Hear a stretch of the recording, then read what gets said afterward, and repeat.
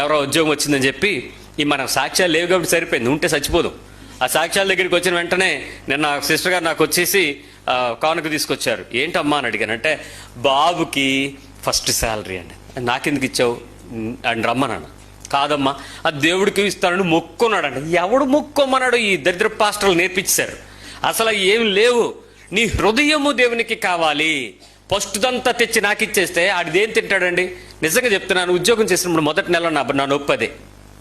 నాకు జీతం వస్తుందో రాదో తర్వాత విషయం. ముందు నేను ఉద్యోగం నెలంతా వెళ్ళేటప్పుడు ప్రతిరోజు పొద్దున్నే 5 గంటలకు లేచి అమ్మ వంట చేసి క్యారేజ్ కట్టి అన్ని ఏర్పాటు చేస్తే నేను 8 గంటలకల్లా నేను ఆఫీస్లోకి వెళ్ళాలి. ఇంచుమించు 200 కిలోమీటర్లు ప్రయాణం చేసి వెళ్ళాలి.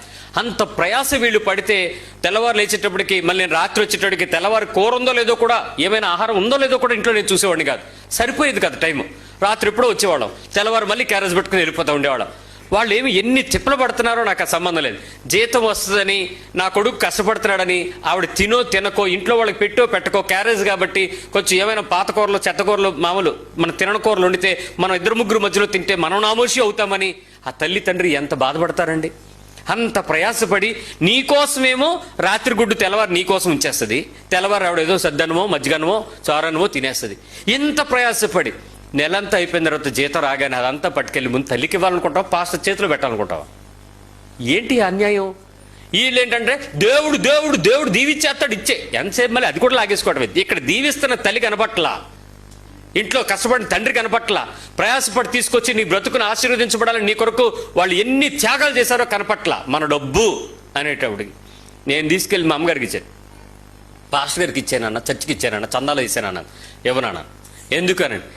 నన్ను దేవుడు ఆరోగ్యం ఇచ్చాడు, కాపాడాడు, ఆయన పోర్షన్ ఆయనకి ఇచ్చుకుంటాను, అది వేరే విషయం. నేను ఎంత ఇవ్వాలో, నేను ఎలా ఇవ్వాలనుకున్నానో అలా ఇస్తా. కానీ నా కోసం నువ్వు ఈ నెలంతా అప్పు చేసావు చూడు, కష్టపడ్డావు చూడు, ప్రయాసపడ్డావు చూడు, ఆ వేదన నువ్వు సంతోషిస్తే నేను ఇంకా సంతోషంగా ముందుకెళ్ళగలనమ్మా. ఇది నీ దగ్గర ఉండాలి, నువ్వు ఖర్చు పెట్టు, ఇది నీకు సంబంధించింది, ఇది ఇంటికి కాదు నీకు ఇస్తున్నాను, నువ్వు ఎలా వాడుకుంటే అలా వాడుకో, ఇదిగో ఇది ఇంటికి ఇస్తున్నాను, ఎలా కావాలంటే అలా వాడుకో. నన్ను పెంచి పెద్ద చేసి నా కొరకు ప్రయాసపడిన తల్లిదండ్రులను నేను దీర్ఘాయుష్ నేను పొందాలంటే వాళ్ళని నేనేం చేయాలి? సన్మానించాలి. సరే, మొత్తానికి నాకు సన్మానం తెలిసిపోయింది. నేను